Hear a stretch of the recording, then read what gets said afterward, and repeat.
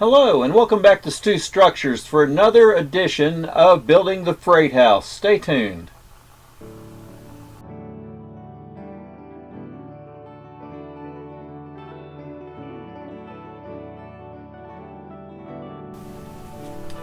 So welcome back to Stu Structures. I am Mark Stewart, your favorite Pharaoh equestrianologist.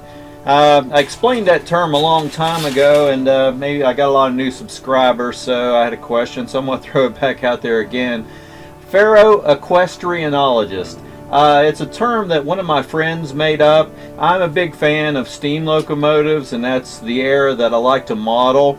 So Pharaoh, iron, equestrian, horse, an ologist, I guess a person that studies. So Pharaoh equestrianologist.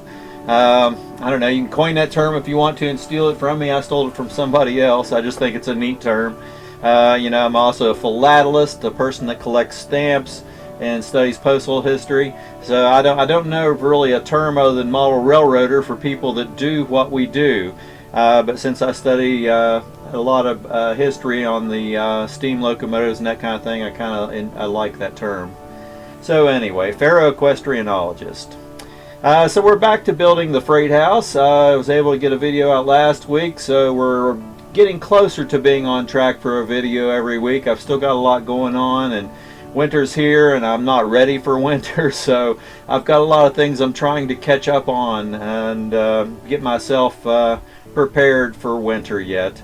So in any case, we are getting another one out this week, and we're going to continue building the freight house. So let's just jump into it and get started. Here we go. Well, the first thing I want to do, I had these platforms and stairs mounted, so I'm going to come back and add these handrails onto these and kind of finish this project up.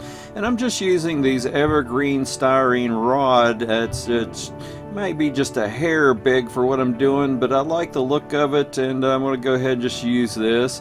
So I'm going to come back and cut all the stanchions. Now my stairs are not quite as wide as the platforms like the original ones, so I'm adding a couple extra handrails to make this work out right. But here I just come back and add those, and then come back and add all the cross supports in here, and then come back with some black paint, and that's one thing off our list of things to do. And basically the platforms are just about done. You'll see in a minute where I have to come back and add something, but now we're going to start adding the wood around the base of where the platforms will come into the building, and you can see where all these walls extend in and out and in and out and in and out. So I'm going to come back and use this basswood here and cut these strips to use for where the platform will connect onto the side of the building. And I just come back, and where the brick insets, I'm just going to add all these pieces behind the one long piece that goes clear across the front of the building. So I'm going to paint them black and then go ahead and glue them into place. Now I really wouldn't have to do that. I could come back and just add this one piece across the whole face of the building, and then let the platform top planks run by those, but I decided to go ahead and add these extra pieces in to give better glue adhesion. And then once that second layer is added on top of those, you can see I still have to come back and touch up the black paint where I cut off the ends of the boards. But basically that gives me a good sound structure all the way across the face of the building where the platform will connect to the building. Now we're also missing two little pieces of wood where this one platform extension comes down across where the brick is recessed in the end of the building. So what I'm going to do is measure this and then cut these two wooden pieces and just test fit them, sliding them up underneath of there to make sure everything's going to fit for thickness and depth and all that up underneath there. And then come back and paint them black and then slide them up in there and glue them into place. And you can see I misjudged one of them. I don't know what I did, but I'm going to have to cut one of these off a little bit. I wouldn't have to, but I'm going to. Now I'm going to try something new with the roofing. I'm going to use this masking tape. Now this roof would have had slate roof, and I've tried several different materials to try to make slate out of. This old masking tape has really nice texture to it, so I glue it down on here and then mark 1 foot widths on it and come back and use my X-Acto blade and just cut shingles into those 1 foot lengths and cut them into 1 inch long strips, and use glue to glue them down as well, because I don't trust the adhesion of the tape by itself. Now I had mentioned that I'm going to come back and kind of make this like a mini diorama or whatever, and I've just had this old piece of plywood laying out in the shed, so I grabbed it and cut it down to the basic size that I needed and marked all the markings on it as to just about where everything lays out to get a feel for how it's going to fit on here, and I just test fit my building on it. So there you have another segment of the Freight House. I'm just getting a little out each time that here I'm like I said, I'm trying to get back on track with getting a video out every week.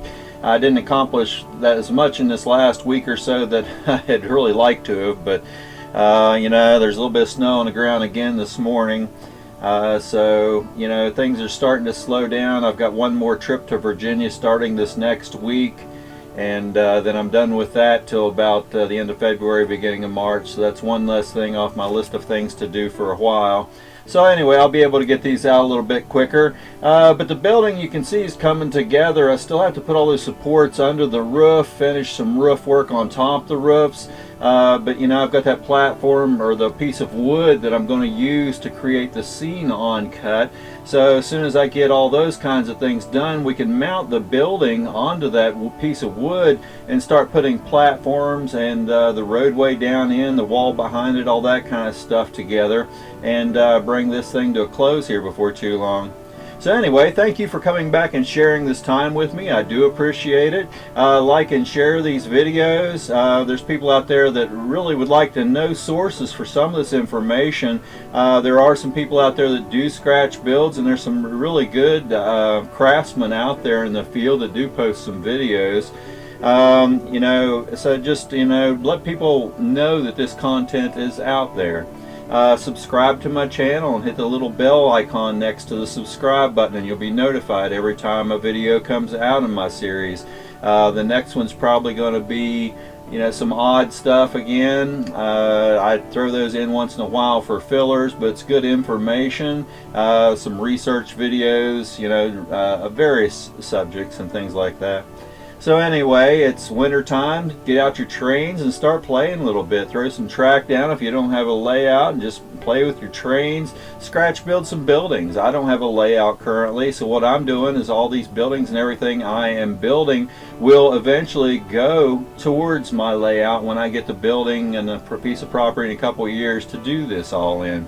So, excuse me.